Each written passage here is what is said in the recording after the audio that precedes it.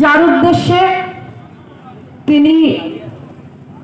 তিনি আমাদের অবিভক্ত মেদিনীপুর জেলার গর্ব, যার আজকের 131তম জন্মদিবস। তিনি আমাদের সবার প্রণম্য শহীদ বীর ক্ষুদিরাম। শহীদ বীর ক্ষুদিরামকে শ্রদ্ধা জানানোর জন্য হাজারো হাজারো মানুষ কদমতলা থেকে সিটি সেন্টার পর্যন্ত হেঁটেছেন। তাদেরকে আমি আজকের এই দিনে শ্রদ্ধা ও শুভেচ্ছা জানাই, কারণ তারা এই বীর শহীদকে শ্রদ্ধা জানানোর জন্য সবাই চলে এসছেন। আমাদের সেই কনিষ্ঠতম বীর শহীদ, যার 131তম জন্মদিবস পালিত হচ্ছে আজকের আমাদের এই সিটি সেন্টারে, তার উদ্দেশ্যে আজকে প্রণাম জানাই, শ্রদ্ধা জানাই। তিনি জন্মগ্রহণ করেছিলেন 1889 খ্রিস্টাব্দের 3রা ডিসেম্বর। আজও সেই 3রা ডিসেম্বর জন্মগ্রহণ করেছিলেন অবিভক্ত মেদিনীপুর জেলার কেশপুরের মোহবনী গ্রামে। 19বিংশ শতাব্দীতে বাংলা তথা ভারতের বুকে এসেছিল মহাপুরুষের বন্যা। তখন কি সমাজ, কি সাহিত্য, কি ধর্ম, কি দর্শন, কি রাজনীতি, সকল দিকের মরাগাঙ্গে বান দেখা দিয়েছিল। ভারতের মানুষ অবাক বিস্ময় দেখেছিল রত্ন প্রসবিনী লক্ষ্মীপ্রিয়া দেবীর কোল জুড়ে এক বীর সন্তানের জন্মগ্রহণ হলো।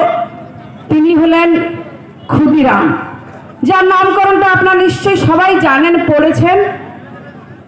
উনার লক্ষ্মীপ্রিয়া দেবীর কোলে পরপর 3 কন্যা সন্তানের জন্ম হয়, তারপর 2 পুত্র সন্তান জন্ম হয়, কিন্তু 2 পুত্র সন্তান মারা যায়।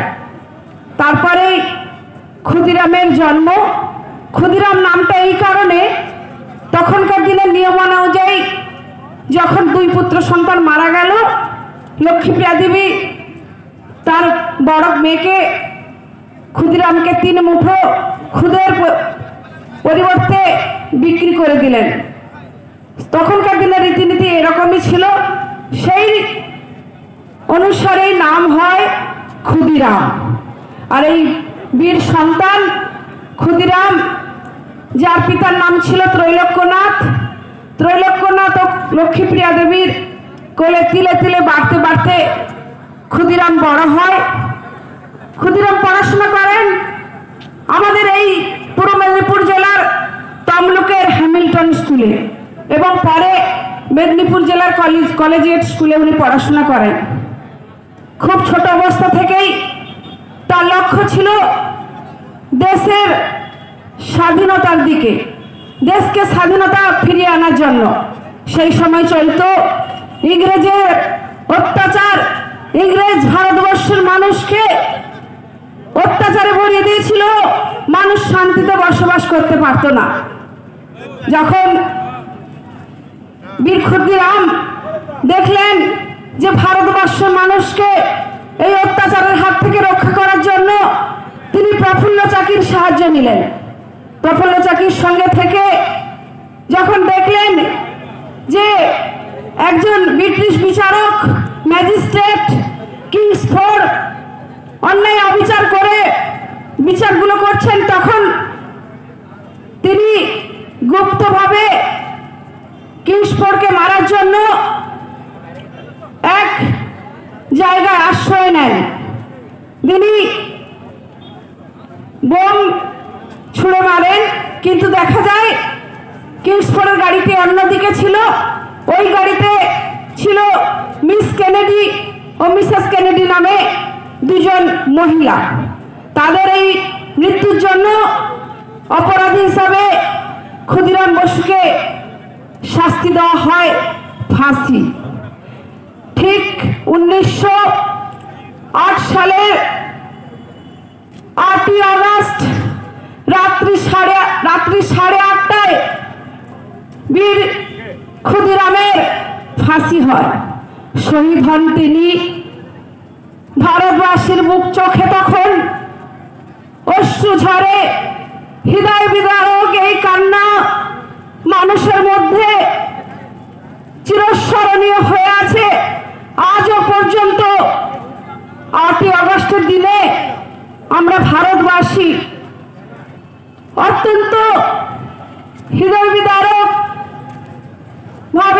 বিদারক চিত্তে ওনাকে স্মরণ করি, শ্রদ্ধা জানাই। আজকের ওনার এই জন্ম শতবার্ষিকী 131তম জন্ম শতবার্ষিকীতে আমরা জানি যে উনি আমাদের সবার প্রণম্য ব্যক্তি, আর তার স্মৃতির উদ্দেশ্যেই আজকের আমাদের এই পথসভা আমরা সবাই এখানে উপস্থিত হয়েছি।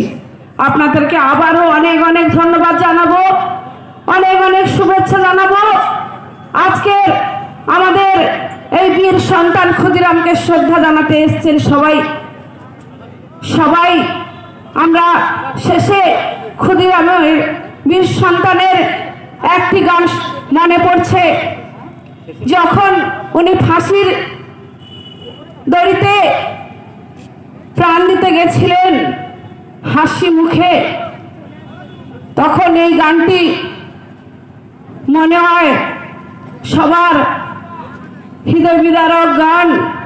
একবার বিদায় দে মা ঘুরে আসি, হাসি হাসি পড়ব ফাঁসি, দেখবে ভারতবাসী। নমস্কার। সতীশ সামন্ত চ্যারিটেবল ট্রাস্টের পক্ষ থেকে মধুরা মণ্ডল মহাশয়কে জানাই অসংখ্য ধন্যবাদ।